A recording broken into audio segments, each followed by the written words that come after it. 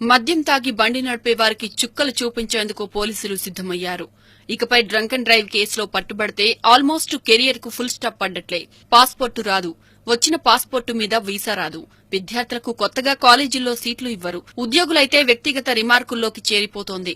నిరుద్యోగులైతే recruitment ఏజెన్సీలు black లో పెడతాయి. డ్రైవింగ్ లైసెన్సులపై శాశ్వత నిషేధం విధిస్తారు. నూతన వాహనాల రిజిస్ట్రేషన్ చేయరు. ఉన్న వాహనాల ఆర్సీలను రెన్యువల్ చేయరు. పెండ్లైన వాళ్లకు మరో చిక్కు. తాగి పట్టుబడితే పోలీసుల వద్దకు భార్యతో సహా వచ్చి ఆవిడ ముందు కౌన్సిలింగ్ తీసుకోవాలి. 19 अच्छा माइनर अच्छा विदाउट लाइसेंस ठीक है. हाँ क्यों गाड़ी चला रहे हो तुम बगैर लाइसेंस? अर्जेंट काम था सर. हाँ अर्जेंट. लर्निंग लाइसेंस कुछ है तुम्हारे पास? कोई नहीं. कभी अप्लाई करे फिर? करे एक बार करे. हाँ एक बार करे. लिए लर्निंग लाइसेंस? नहीं लिए. क्यों क्या प्रॉब्लम है इसमें? कुछ दिक्कत है लर्निंग लाइसेंस लेने में? कोई काम था इसलिए. काम था राजस्थान के थे. ఒకవేళ మైనర్లకు బండి ఇస్తే సదరు బండి యజమాని మీద కేసులు పెడతారు. మద్యం మత్తులో ప్రమాదాలకు పాల్పడితే ఐపీసీ 304 పార్ట్ 11 సెక్షన్ కింద కేసులు నమోదు చేయనున్నారు. 10 ఏళ్ల వరకు శిక్ష పడుతుంది. గతంలో డ్రైవర్ తాగింది లేనిది తెలుసుకునేందుకు వైద్యశాలలకు పంపితే కేసులు తారుమారయ్యేవి. ఇప్పుడు ఆ పద్దతి మార్చేశారు. బ్రీత్ ఎనలైజర్లతో సంఘటన స్థలంలోనే తేల్చేస్తారు. ఈ వ్యవహారం మొత్తాన్ని వీడియో తీయించి సాక్ష్యంగా కోర్టుకు సమర్పిస్తారు. మొత్తంగా మద్యం మత్తులో రోడ్డు ప్రమాదాల నివారణ మీద drunk and drive, minor driving, rash డ్రైవింగ్ల మీద హైదరాబాద్ నగర పోలీసులు ఉక్కుపాదం మోపుతున్నారు.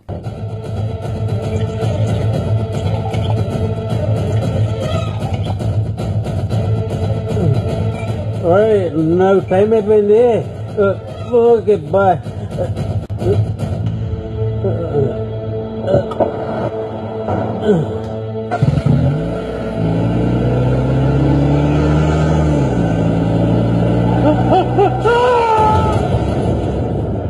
తాగిన వ్యక్తి కారు ఢీకొట్టడంతో ఏ పాపం ఎరుగని ఇతను ఇలా మారాడు.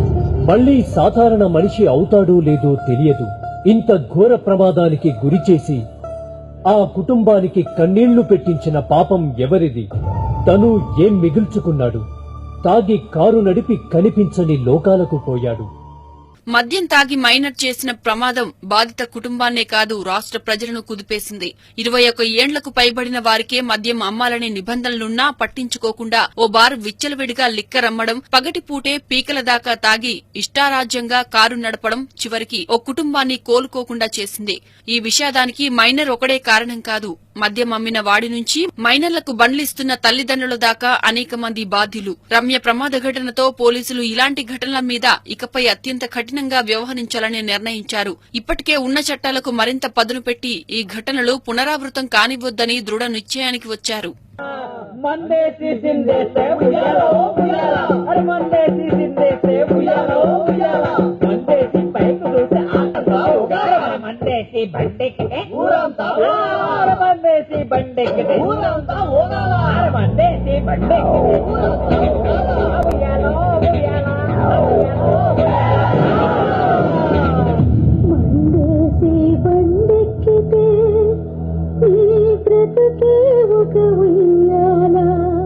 ఇక నుంచి మద్యం తాగి రోడ్డు ప్రమాదం చేసి ఇతరుల మరణానికి కారణమైతే 304 పార్ట్ 2 సెక్షన్ కింద కేసు నమోదు చేయాలని నగర పోలీస్ కమిషనర్ మహేందర్ రెడ్డి ఆదేశించారు. 21 సంవత్సరాలలోపు వారు మత్తులో రోడ్డు ప్రమాదాలు చేసినా డ్రైవింగ్ లైసెన్సు లేకుండా నడుపుతూ ప్రమాదాలకు కారణమైన కఠిన సెక్షన్లు విధించనున్నారు. డ్రంక్ అండ్ డ్రైవ్ లో పట్టుబడే కేసుల్లో వారి భార్య, తల్లిదండ్రులను కూడా కౌన్సిలింగ్ కు పిలువనున్నారు. ఇక ఇప్పటి వరకు డ్రంక్ అండ్ డ్రైవ్ లో పట్టుబడితే 2-3 రోజులు జైలుకెళ్లి వచ్చేవారు. అలాగే మైనర్లు, డ్రైవర్లకు మద్యం సరఫరా చేసే దుకాణాలపై కూడా కొరడా జులిపించనున్నారు. ఇది చాలా గొప్ప ఐడియారా. కారులోనే బార్. దీన్ని అంటారు కారో బార్. పోలీసులు అంటే భయమేదా?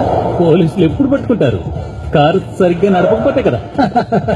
నా కారు నా కంట్రోల్లోనే ఉంటుంది. చూడు ఎదురుగా కారు వస్తుంది.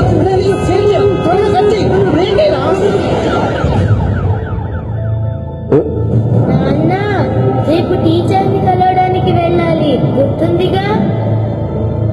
మీరు చాలా గుర్తొస్తున్నారు. ఈ రోజు ఇంటికి త్వరగా వస్తారుగా? బాబు, ఈ రోజు త్వరగా ఇంటికి రా, అందరం కలిసి భోంచేద్దాం. Drunk and drive, rash driving కు సంబంధించి పోలీసులు ప్రతి కేసును డేటాబేస్ రూపంలో భద్రపరుస్తారు. పట్టుబడ్డ వారి వివరాలను ఆయా విభాగాలకు పంపించడం లేదంటే ట్రాఫిక్ విభాగం డేటాబేస్ ను షేర్ చేసుకునే వెసులుబాటు కల్పిస్తారు. ఫలితంగా పాస్పోర్ట్, వీసా జారీ కాదు. ఆల్రెడీ పాస్పోర్ట్ ఉంటే దాన్ని రద్దు చేస్తారు. మైనర్లకు స్కూళ్లు, కాలేజీల్లో నో అడ్మిషన్స్. అందుకే ఇకపై తాగి వాహనాలు నడిపేవారు భారీ మూల్యం చెల్లించక తప్పదు.